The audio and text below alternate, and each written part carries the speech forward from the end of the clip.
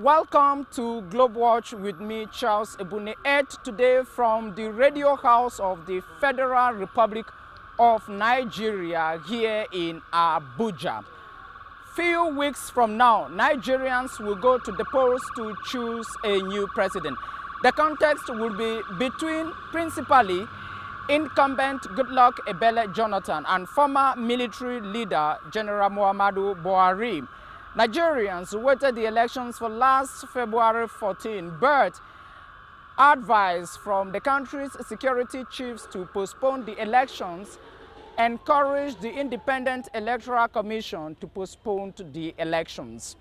Three main issues are dominating the campaigns after months of accusations and counter-accusations: corruption in Nigeria, security in Nigeria, and the state of the Nigerian economy. So, should President Goodluck Ebele Jonathan be retained to power after almost 5 years in office amidst an increasing insurgency posed by Boko Haram, and on the other side, a buoyant economy?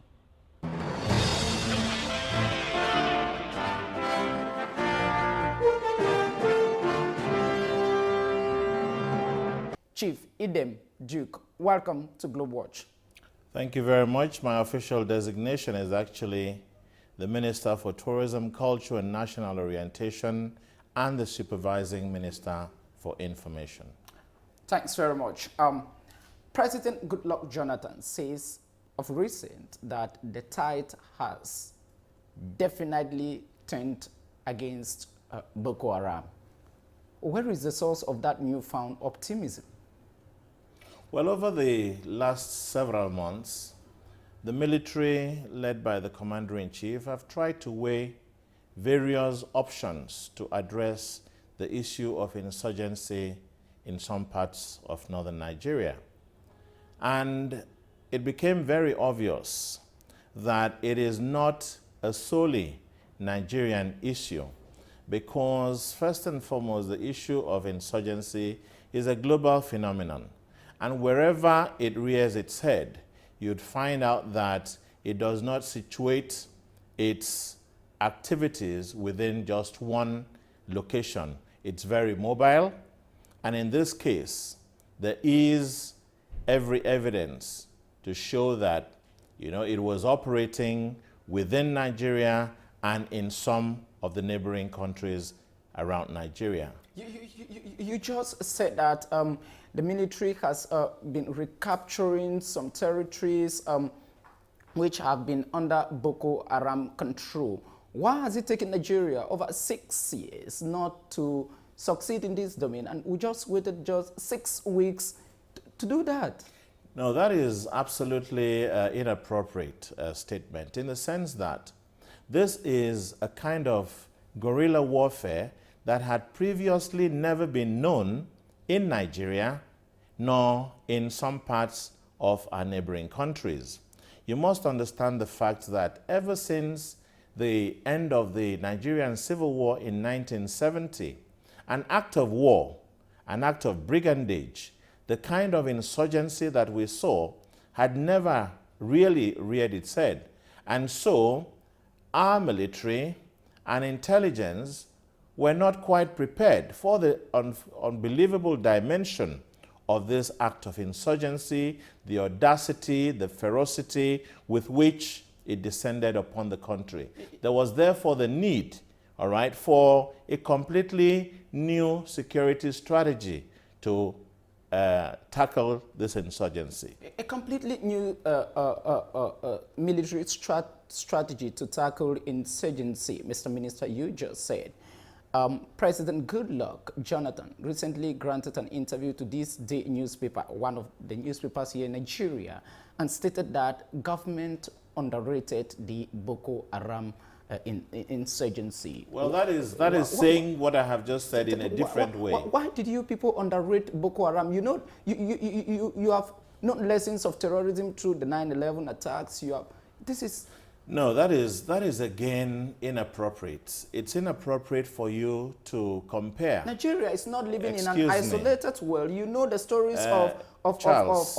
Al-Shabaab in Somalia. You know the stories of ISIL and many others. Why did the government underrate When you the interview me, you Sure. want the view of my country. Absolutely. All right? And so you are not going to force words into my mouth.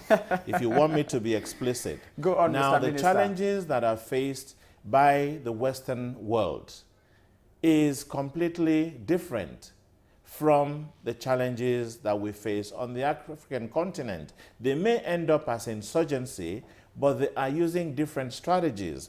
And culturally, this kind of insurgency is completely strange to some parts of Africa. Yes, there may be other parts of Africa that have experienced this in the past, all right? But when you look at the socio-cultural affinity in Nigeria, when you look at the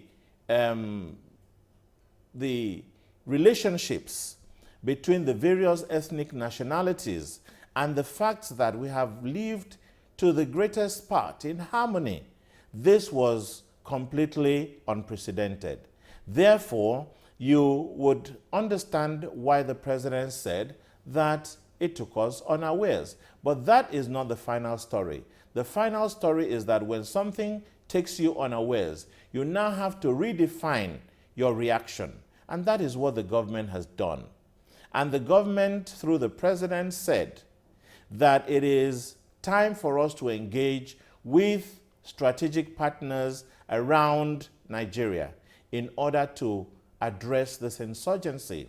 And when that synergy worked out, Nigeria also embarked on a very rigorous re-equipment of the military, which had not happened for the better part of 30 years.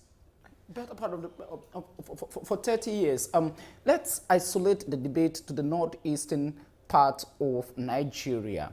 Your colleague of the aviation ministry, Osita Chidoka, was recently on her talk on BBC and said that about 20% of Borno State territory is under Boko Haram control.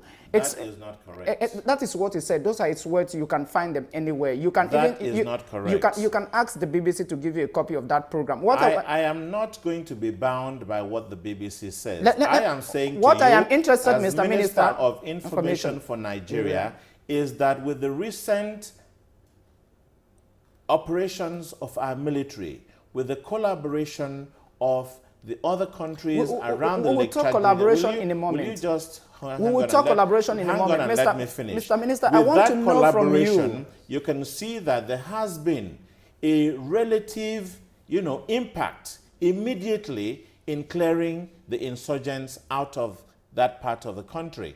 And that is an ongoing process, which the president, during one of his media chats, said to the nation, just give me a few weeks. With the new artillery that we have, about 70% of which has come into the country, this will begin to recede beyond, and out of the boundaries of Nigeria, and that is happening. Just explain to me, why do you think that Boko Haram has concentrated its activities in the north? I'm not going to be able to tell you why Boko Haram has done that. I don't work for them. I am not a believer in Boko Haram, and therefore I would not be in a position to, define what their strategies are. According to the government of Nigeria, what can explain the existence of terrorism in this portion between Cameroon, between Nigeria, between Chad? Your government's national statistics agency says that about 86% of the state of Jigawa suffers from poverty. Can poverty be an explanation for people joining terrorism?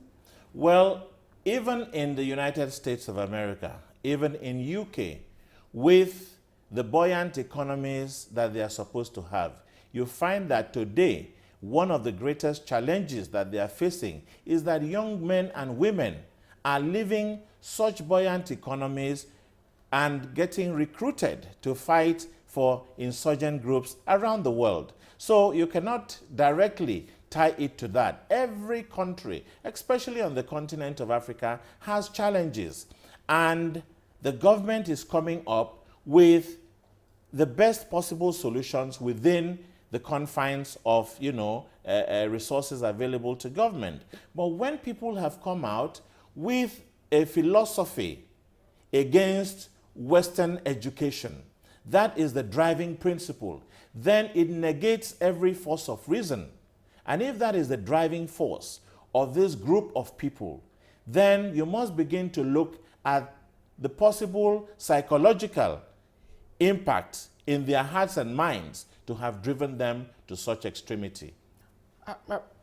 You just said that Nigeria is not working in collaboration with partners, strategic partners. Those are your words, to engage in a broad-based military strategy to make Boko Haram history. I understand that the African Union has validated the 8,700 multinational task force to be deployed in the area. Nigeria will be giving the largest military contribution.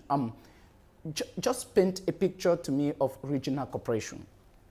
Regional cooperation is very strategic in maintaining the territorial integrity of each and every country, and more importantly, the regions that make up the constituent continent of Africa.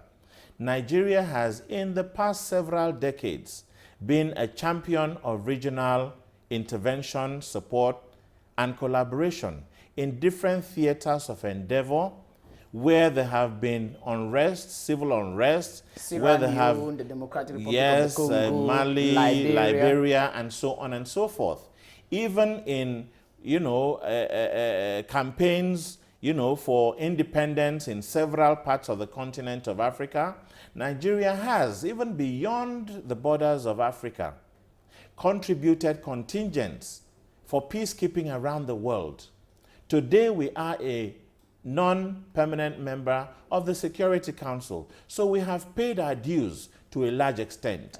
Therefore, if we face a global phenomenon, I think it is critical in the spirit of African brotherhood for this kind of collaboration to be put in place to arrest this. Because with the size of Nigeria, if we are able to collaborate and arrest it, it's to the better credit of Africa, because this could happen on any part of the continent. You are correct. It can happen on any part of the continent, because Cameroon, Chad, Niger, and subsequently other of your neighbors will be are already affected by Boko Haram. Mr. Minister, explain to me, why do you think that the Chadian forces, troops from Niger, are authorized to enter into Nigeria to pursue Boko Haram militants, and those from Cameroon cannot do it? Well, I'm not in a position to explain that. I think that would have to be referred to the military strategist. But I believe that there must be operational considerations in taking such decisions. And unless we are fully aware of what those considerations will be, we'll be speaking in the sphere of speculation. Let's paint one element of this saga as seen from the external world. When you read international newspapers, if you have the chance of following radio and television stations which are non-Nigerian, Mr. Minister, you will say with me that a majority of the outside world says that Nigeria is not doing enough, that Nigeria is the person dragging the leg behind these Boko Haram issues. You see even on your own media, AIT, people saying that Chadian troops are liberating Nigerian villages and towns.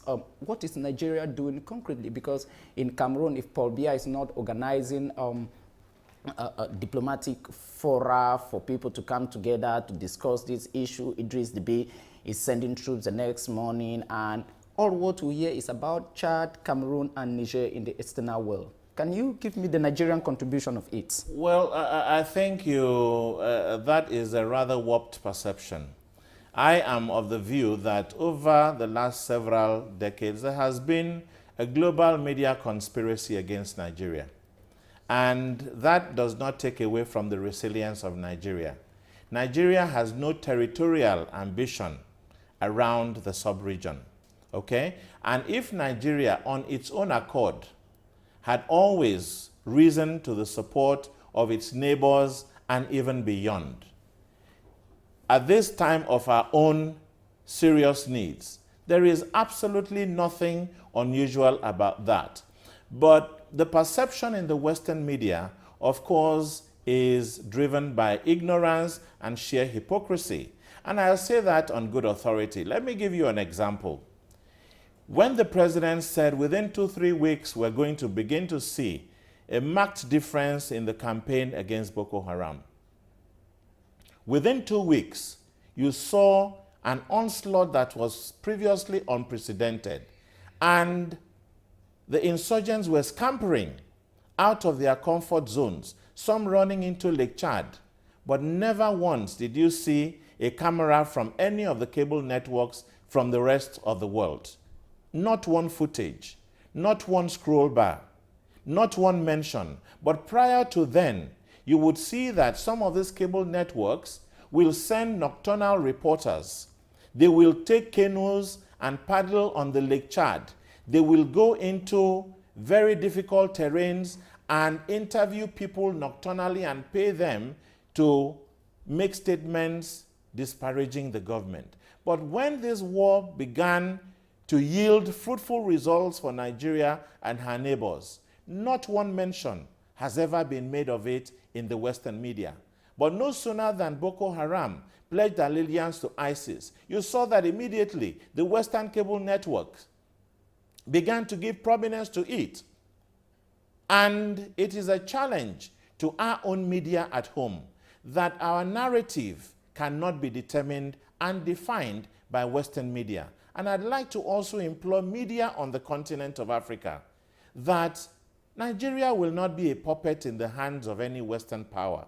And it is also a moral burden on us as media people on the continent of Africa and in Nigeria in particular, that we must take charge of the narrative that we desire in order to maintain the territorial integrity of our nation and our continent. Well, Mr. Minister, the way you talk, you have hard language for the international press, but it seems to me that Nigeria is not communicating enough with them, so they are left with no other option. Well, I'll also tell you one thing.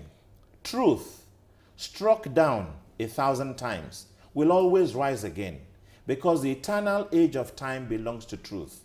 The fact that there isn't a robust communication from Nigeria is an act of omission. But that is not to say that we who hold the sacred duty of communicating truth to our publics will therefore paint a negative and disparaging picture. What is it that we are trying to achieve? Former British military attaché to Nigeria, military advisor, James Hall says that the Nigerian military used to be the best trained and even the best equipped in Africa, but has lamented on the fact that Nigeria's military today is not well trained, that there is even divisions within the military, and that is why the campaign against Boko Haram is wearisome somehow. How do you respond to such allegations? Because the general picture, I still repeat the sentence, that we of the outside world see the Nigerian military as pulling back. And National Security Advisor Sambo Dasuki even qualified part of the military as made up of cowards. Those are his words. Well, I'm not in a position to rebut whatever the National Security Advisor had said, but Nigerian military is not going to be defined by a military former or president advisor in the British military. We have taken responsibility for our affairs. We're happy that our African brothers are in combat with us. All right? We prefer to see our brothers than daytime friends and nighttime adversaries who denied us the access to equipment which should have helped to checkmate this insurgency earlier in time, now becoming experts to give advice on Nigeria. Go to every military school in the United Kingdom and in the United States of America. You will find that the Nigerian military who are there on training are some of the best. They come out the top of their classes. And so, making such a disparaging comment, I think, is hardly worthy of any response. The Chadian Minister of Communication has says that weapons seized from Boko Haram, at least 40% of them are French-made weapons. How does Nigeria interpret such an information? I'm sorry, I'm not in a position to give that analysis. I think the military authorities will be better placed to do that. But again, as I had said, the French had been intervening in some parts of Francophone Africa, and a situation like that would perhaps not be far-fetched. Let's talk about elections in Nigeria. Does President Goodluck, whom you are serving, merit another mandate? That question is very laughable because in the history of Nigeria, in the 100 years of the existence of Nigeria, no president, no collective government has achieved what President Goodluck Jonathan and his government have achieved in the last 45 months. And mind you, when we talk about 4 years, in some people's ears, it sounds like a lifetime. But it's in just 45 months. The kind of transformation that we have seen in Nigeria is such that with another term of 48 months, Nigeria would have achieved a milestone from where it cannot be brought back by any successive government. And that is also a challenge in itself, because naturally you would find out that from whom little was expected, such great achievements has redefined leadership in Nigeria. And I think that when we go to the polls on the 28th of March, Nigerians will speak eloquently about their validation of the president's achievement. Mr. Minister, you started answering my question by saying that it is laughable, and I enjoyed in laughing. When you say there have been extraordinary achievements in 45 months. Can you be explicit? Just pick some projects and tell me why they are exceptional in the past 100 years of Nigerian history. First and foremost, let's talk about the electoral reform. This is a government and a president that came into office on perhaps the most popularly acclaimed victory at the polls. And he said to himself and to the nation that what he was going to bequeath to Nigeria, having so elected him across the land, is electoral reform. And he began this electoral reform by a fresh instillation of belief in Nigerians that their votes will count. And he worked with the INEC, the Independent National Electoral Commission, to introduce reforms and educate the public.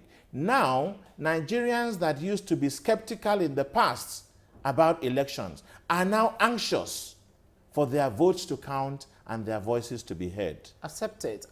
Just to add on the successes of President Goodluck, it is good to be fair to him to tell our international audience that it is under him that Nigeria became Africa's biggest or largest economy, that it is under Goodluck Jonathan that the first richest black man on earth came from Africa, and more to that from Nigeria, and that it is under Goodluck Jonathan that the first richest woman came from Africa, a black woman, and more to that from Nigeria. But you know, such successes are tainted by the fact that poverty has increased in Nigeria. By 2000, when the Millennium Development Goals were launched, the poverty in Nigeria was about 54%. It has increased to about 70 today, Mr. Minister. I don't know where your sources of statistics are, but it is a statistic from Nigeria National Bureau of Statistics. I do not believe that, okay? And right now, I do not have the accurate figures with me, and I'm contesting that. But I'm delighted that for somebody, you know, like you, from a neighboring friendly country, you have followed, you know, the achievements of the administration, and you are reeling some of them out, you know, even though the question was initially directed to me. But go to New York, go to the United Kingdom, go to England, you will see poverty. Go to China, you will see poverty in a way that you would not believe. And that is not to say that the Nigerian economy is not resilient. You have validated that by some of the information that you have given. And that is due to the fact that there is a government that has provided an environment which is enabling. Rome was not built in a day. The issues of poverty eradication cannot be achieved by 1, 2, or 3 administrations. But the quality of life of Nigerians has improved. With persistent power failures? That is a challenge that has been with us over time. But guess what? This government has decided to confront this with a completely new strategy of engaging new investment from the private sector and bringing new efficiency and resources to regenerate power supply. And it has a gestation period. And this gestation period is not a matter of weeks or months. It could be something in the neighborhood of 3 to 5 years. And when that transformation truly sets in, you will see that not only will Nigeria be the biggest economy on the continent of Africa, it will move from being the 26th largest economy in the world to a figure that is, more correct. And tradition on this program holds that we end with a handshake. Thanks very much for being guest on the program. Thank you. Thank you.